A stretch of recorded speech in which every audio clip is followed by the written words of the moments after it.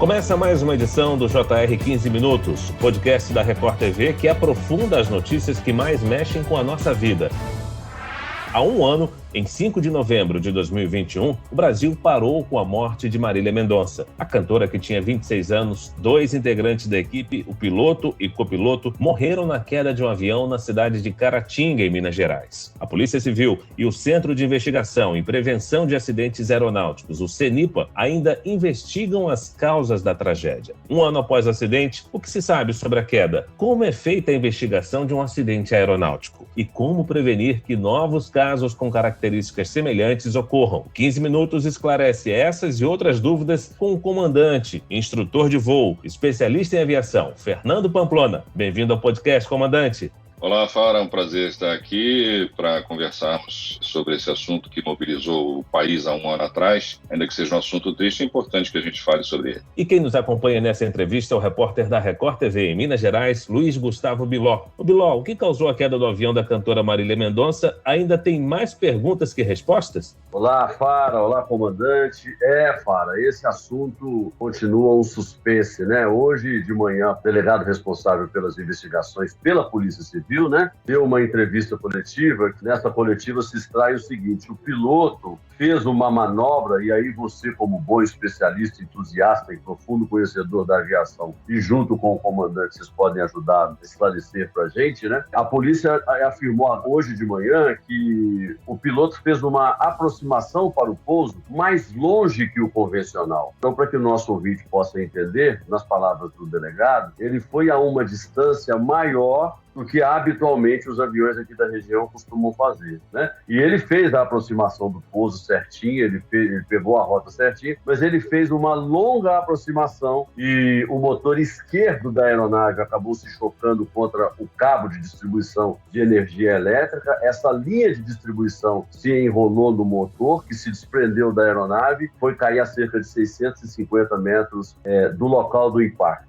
Só queria lembrar que a Marília Mendonça embarcou em Goiânia em um avião bimotor. Estavam na aeronave o assessor e o tio da artista, o Albiciélio Silveira Dias Filho, o produtor Henrique Ribeiro, o piloto Geraldo Medeiros e também o copiloto Tarcísio Pessoa Viana. Após mais de 2 horas de voo, os procedimentos de pouso foram iniciados e quando faltava cerca de 1 minuto para o pouso, a aeronave colidiu em fios de alta tensão, como explicou aí o Biló, numa região de Cachoeiras. Comandante Pamplona, a região era segura para voos e essa aproximação longa citada pela Polícia Civil de Minas Gerais seria um problema? Fara, em princípio, respondendo à primeira pergunta, se a região era segura para voo. Sim, toda a região é segura para voo, desde que se cumpra tudo que é determinado para aquela região, tudo que é determinado para uma região como aquela que é um local sem infraestrutura. Existem regras a serem cumpridas e uma delas você mesmo citou aí, que foi uma aproximação um pouco mais longa do que deveria ter sido feito. Por que essa aproximação foi um pouco mais longa? O que consta, e aí a gente precisa aguardar o relatório,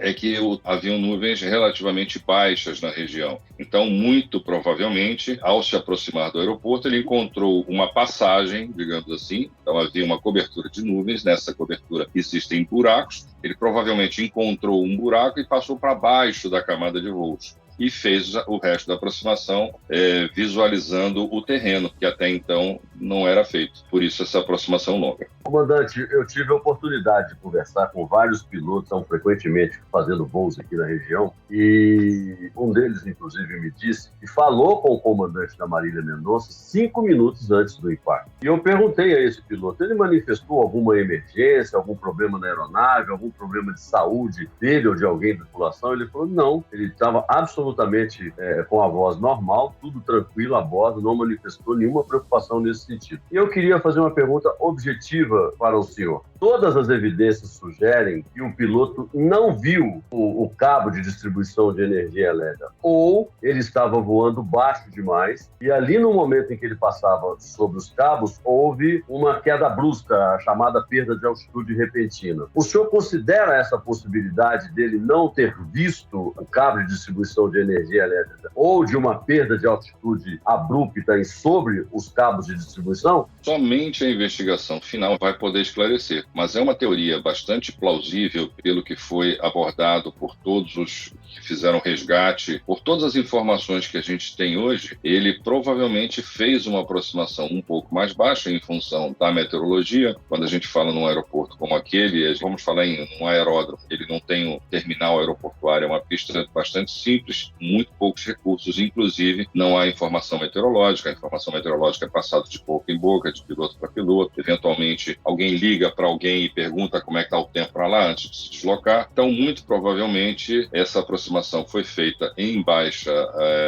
altitude, em relação ao solo, baixa altura, e aí esse fator foi um fator fortemente contribuinte para que ele não enxergasse, para que ele não pudesse ver a fiação. Provavelmente ele já deve ter operado na região, mas não era frequente a operação dele nessa região, e isso também contribuiu, o fato de desconhecer, não operar frequentemente. Os outros pilotos que operam frequentemente conhecem muito melhor o relevo todo, inclusive os obstáculos. O fato de não operar frequentemente levou a um desconhecimento, e o fato de estar mais baixo também contribuiu para que esse choque ocorresse. Com certeza, eu posso afirmar que isso foram fatores bastante preponderantes para que isso acontecesse. Comandante Pamplona, em nota, o Centro de Comunicação Social da Aeronáutica informou que essa investigação está em fase final. É claro que a gente reforça que não há prazo para a conclusão das investigações. Mas até chegar na conclusão do laudo, há uma complexidade. Como é que funciona esse processo de investigação para que a gente possa ter uma ideia? Às vezes as pessoas comentam, mas demora muito. 1 ano depois, 2 anos depois, não tem resultado. Como é que funciona uma investigação de um acidente aeronáutico, comandante? Uma investigação de um acidente aeronáutico é extremamente complexa, ela é extremamente difícil de ser feita, principalmente quanto menor o avião, menos recursos de informação essa investigação vai contar. O que se sabe é que, nesse caso específico, esse avião não contava com um gravador de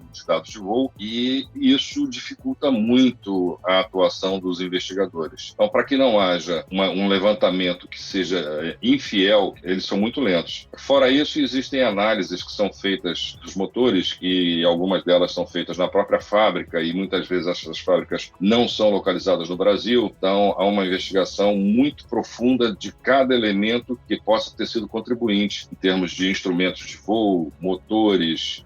A parte mais fácil, talvez, seja a parte do corpo humano propriamente dito, de autópsias e necrópsias. É mais fácil, porque tudo isso nós temos uma expertise para fazer. A análise tanto do material, de fadiga de material, ou de falhas de materiais, é muito complexa e depende de terceiros. E depois temos que montar tudo isso para refletir um quadro que seja fiel ao que aconteceu. E preciso tomar muito cuidado para que não haja nenhum tipo de consequência ou de imputação de culpa a algum fator que não tenha sido realmente contribuinte. É muito coerente a fala do senhor, viu, comandante? Porque ontem eu conversei também com um advogado da família do piloto, e a fala dele vai muito ao encontro da fala da Polícia Civil. A família do piloto informou pra gente que contratou uma perícia particular, e o advogado foi veemente ao dizer que, se houvesse a sinalização no cabo de distribuição de energia, o acidente não teria ocorrido. Eu queria que o senhor comentasse, por gentileza, as principais frases do delegado na coletiva, onde ele afirma o seguinte: afinal, se não havia problemas no tempo, houve falha humana? Palavras do delegado. Parece a hipótese mais forte. Não havia obrigatoriedade para sinalizar torres. O pouso foi feito de forma que não é o padrão. Saiu da zona de proteção do aeródromo, embora ainda a gente esteja aguardando o laudo CENIPA. Se descartar problema no motor, essa será a conclusão. O piloto se afastou muito, veio muito baixo e acabou batendo na rede. Como é que o senhor analisa essa fala do delegado, comandante, por favor?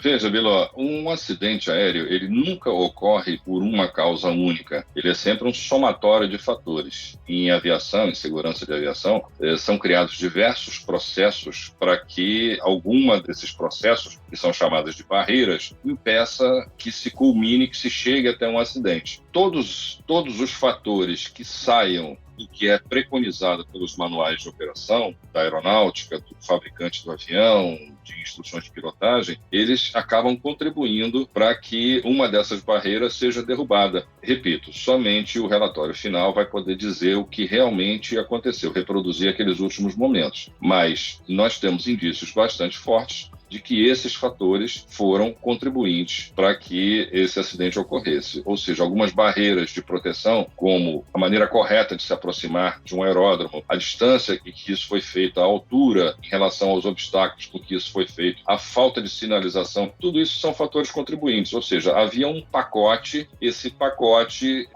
terminou o trágico acidente que vitimou a cantora e as outras pessoas, naturalmente. Comandante, o Biló citou algumas vezes aí a fala do delegado, a investigação da Polícia Civil de Minas Gerais. É importante a gente esclarecer que nesses acidentes aeronáuticos existem dois tipos de investigação, uma criminal, realizada pelos órgãos de polícia, pelo Ministério Público, e a outra é pela FAB, pela Força Aérea Brasileira, por meio do CENIPA. E nessa investigação do CENIPA, não se busca culpados, mas apenas fatores contribuintes para aquele acidente, com o objetivo de evitar novos acidentes. Isso é importante para a segurança da aviação, esse tipo de investigação realizada pelo CENIPA? Isso é extremamente importante. Desde que se começou a fazer investigações, sempre foi um fator que norteava, que guiava as investigações aeronáuticas, evitar que futuros acidentes com as mesmas características ocorressem. E esse é o princípio fundamental da coisa, porque quando você faz uma investigação, se houver um indício inicial de que essa investigação é para encontrar culpados,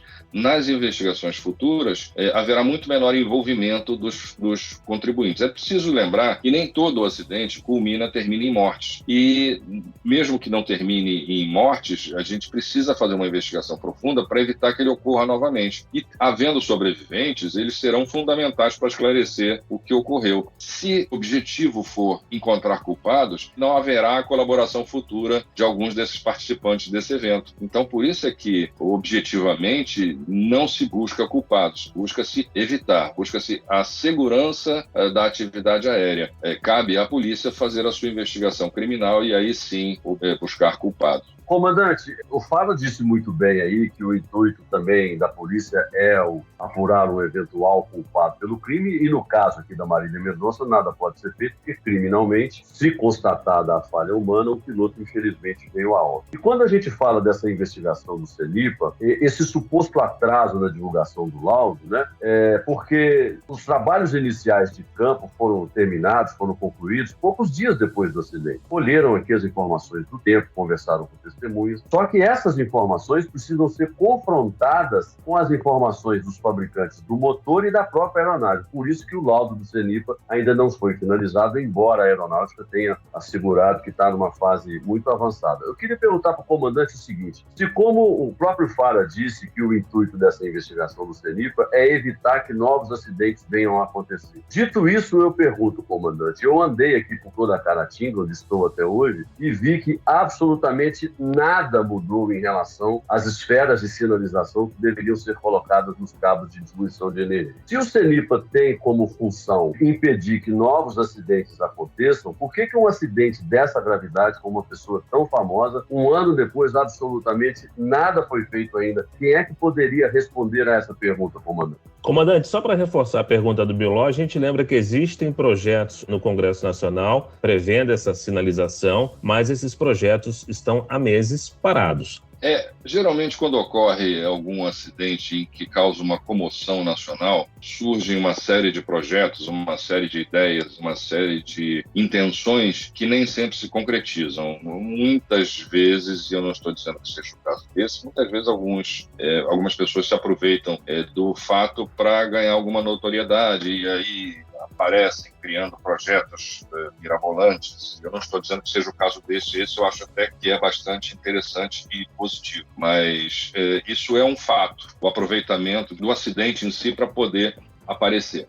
O relatório do CENIPA, ele não tem força de lei, ele tem recomendações a serem feitas quando sai da esfera da aeronáutica. Ele pode modificar processos desde que sejam internos, por exemplo, uma recomendação de mudança de regra de pilotagem ou alguma exigência do fabricante. Mas fora isso, tirando essa área muito específica, ele não tem poder de lei de exigir que se coloque esferas numa área que não é considerada sítio aeroportuário. As autoridades responsáveis pela área fisicamente é que vão entender se isso deve ser feito ou não. Toda lei que venha para aumentar a segurança sempre será muito bem-vinda, mas há de convir que isso também tem um custo enorme. Então, as operadoras também ficam quem é que vai arcar com esse custo? Sou eu que vou ter que arcar com esse custo? Como é que vai ficar esse problema da instalação? Qual o padrão a ser utilizado nessas esferas? É o mesmo que já existe? Vai haver alguma modificação? Vão ser iluminadas? Não vão ser iluminadas? O que vai acontecer a partir de agora para que isso se torne possível é que torna o processo bastante complexo. Ou seja, como o Biló falou, há 1 ano que aconteceu o acidente, não mudou absolutamente nada. Muito bem, o 15 Minutos de hoje termina aqui. Eu agradeço a participação do comandante, instrutor de voo, especialista em aviação, Fernando Pamplona. Obrigado, comandante. Obrigado, Fara. Foi um prazer, sempre à disposição. Agradeço também a presença do repórter da Record TV em Minas Gerais, Luiz Gustavo Biló. Obrigado, Biló. Obrigado a você, Fara. Conte sempre conosco. Esse podcast contou com a produção de David Bezerra e dos estagiários Lucas Brito e Kátia Brazão. Sonoplastia de Marcos Vinícius. Coordenação de conteúdo, Edivaldo Nunes e Deni Almeida. Direção editorial, Tiago Contreira. Vice-presidente de jornalismo, Antônio Guerreiro. Nós te aguardamos no próximo episódio. Até lá.